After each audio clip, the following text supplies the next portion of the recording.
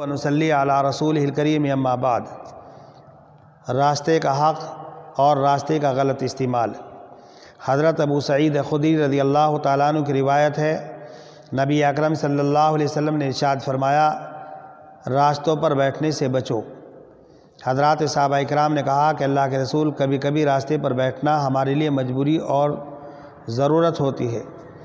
آپ نے فرمایا کہ اگر تمہارے لیے راستے پر بیٹھنا مجبوری اور ضرورت ہے تو پھر راستے کا حق ادا کرو۔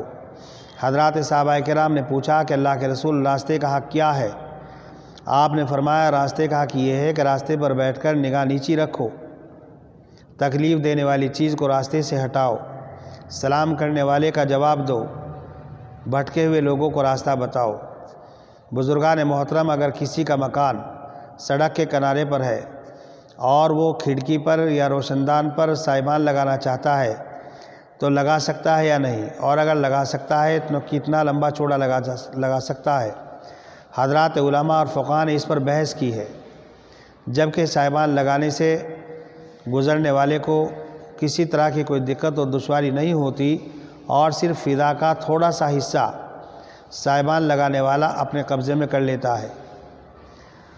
اگر کسی آدمی نے عام راستے پر دکان لگائی تو اسے سامان خریدنا جائز ہے یا ناجائز ہے؟ حضرات علماء فقہاء نے فرمایا کہ ایسے شخص سے سامان خریدنا جائز نہیں۔ بعض حضرات علماء فقہاء فرماتے ہیں کہ ایسے شخص سے سامان تب تک نہ خریدا جائے تب تک وہ راستہ نہ کھول دے۔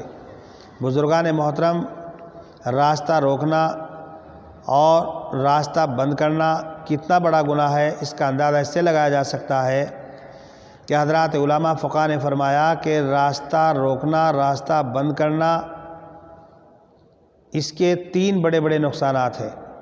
پہلا نقصان تو یہ ہے کہ ناجائز قبضے کا اور غصب کا گناہ اس کے نامہ اعمال میں لکھا جائے گا۔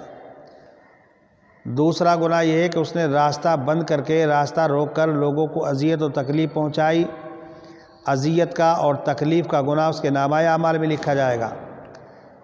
تیسرا گناہ یہ ہے، ظاہر سی بات ہے، جب وہ عام راستے پر دکان لگائے گا تو ادھیکاریوں کو رشوت دیے بغیر دکان نہیں لگا سکتا، تو رشوت دینے کا گناہ اس کے نامہ اعمال میں لکھا جائے گا۔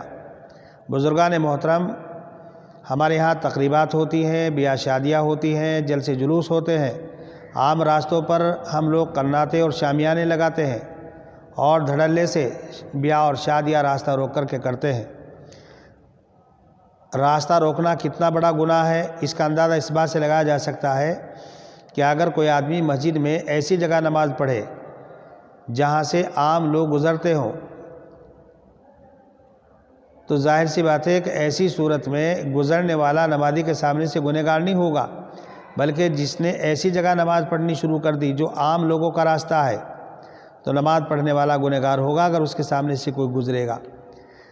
جب 2-4 منٹ کے لیے راستہ روکنے کی، راستہ بند کرنے کی اجازت نہیں ہے تو جو عام راستہ ہے اس کو بند کر کے وہاں بیاہ کرنا، شادیاں کرنا، جلسے جلوس کرنا کتنا بڑا گناہ ہو سکتا ہے، آپ اس کا اندازہ خود بخود لگا سکتے ہیں۔ بعض لوگ کہتے ہیں 2-4 منٹ کے لیے، 2-4 گھنٹوں کے لیے کیا نقصان ہے؟ بزرگان محترم، اس کا اندازہ تب ہوتا ہے کہ اگر کوئی بیمار سیریس ہو، آپ اس کو ہاسپٹل لے جا رہے ہیں، کسی کے پیٹ میں شدید درد ہے، دوائی لینے کے لیے جا رہا ہے، کسی کی ٹرین کا وقت تو قریب ہے، ہوائی جہاز کا وقت تو قریب ہے، آپ کے 2-4 منٹ سے 1-8 گھنٹہ روکنے سے وہ بیمار مر بھی سکتا ہے، اس کے پیٹ میں اور زیادہ دقت ہو سکتی ہے۔ آپ کے راستہ کھولنے میں 10-5 منٹ جو لگے گی، اتنی دیر میں اس کی ٹرین چھوٹ سکتی ہے، ہوائی جہاز اس کا چھوٹ سکتا ہے۔ بزرگان محترم، اس کا اندازہ آپ ان چیزوں سے لگا سکتے ہیں۔ ہمارے نوجوان بچے عام راستوں پر، سڑکوں پر کرکٹ کھیلتے ہیں، راستہ بند کر دیتے ہیں۔ کتنے نقصانات اس کے ہوتے ہیں آپ کو معلوم ہے؟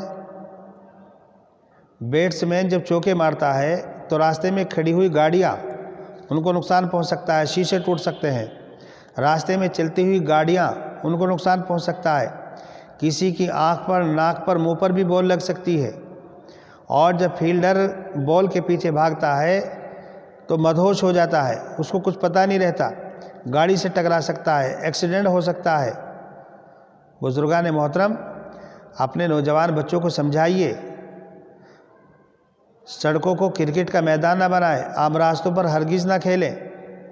بزرگان محترم، ہم نے دیکھا ہے کہ جو لوگوں کی اپنی پرسنل جگہ ہوتی ہیں، لوگ اس کو پارکنگ میں استعمال کرتے ہیں،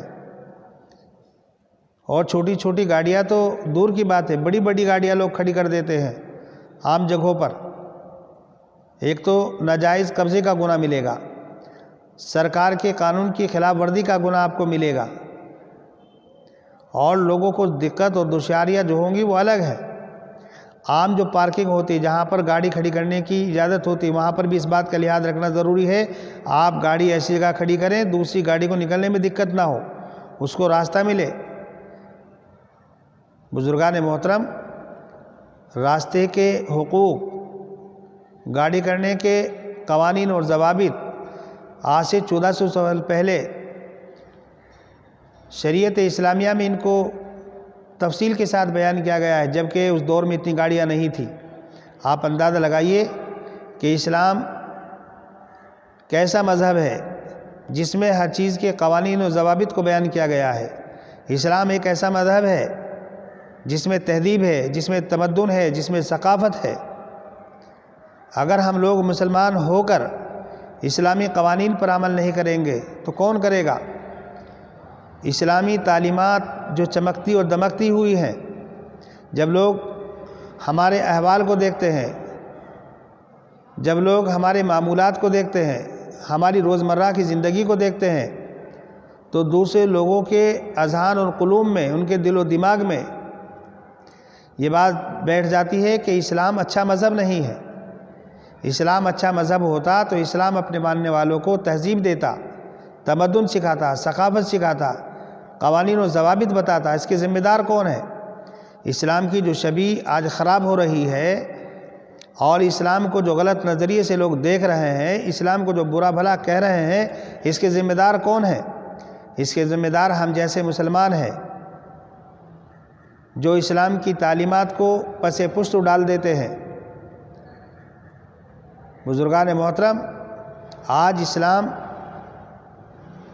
جو لوگ برا کہہ رہے ہیں، اسلام کے اندر خامیاں نکال رہے ہیں، اس کی وجہ یہ ہے کہ اسلامی تعلیمات ان تک نہیں پہنچی ہے۔ وہ ہمارے احوال کو، ہمارے معمولات کو، ہمارے حالات زندگی کو دیکھ کر یہ سمجھتے ہیں کہ یہی اسلام ہے، اور اس سے اسلام کی شبیہ خراب ہو رہی ہے۔ اس کے ذمہ دار ہم ہیں۔ اللہ تبارک و تعالیٰ سے دعا ہے کہ اللہ تبارک و تعالیٰ ہم سب کو عمل کرنے کی توفیق مرحمت فرمائے۔ وما علینا الا البلاغ۔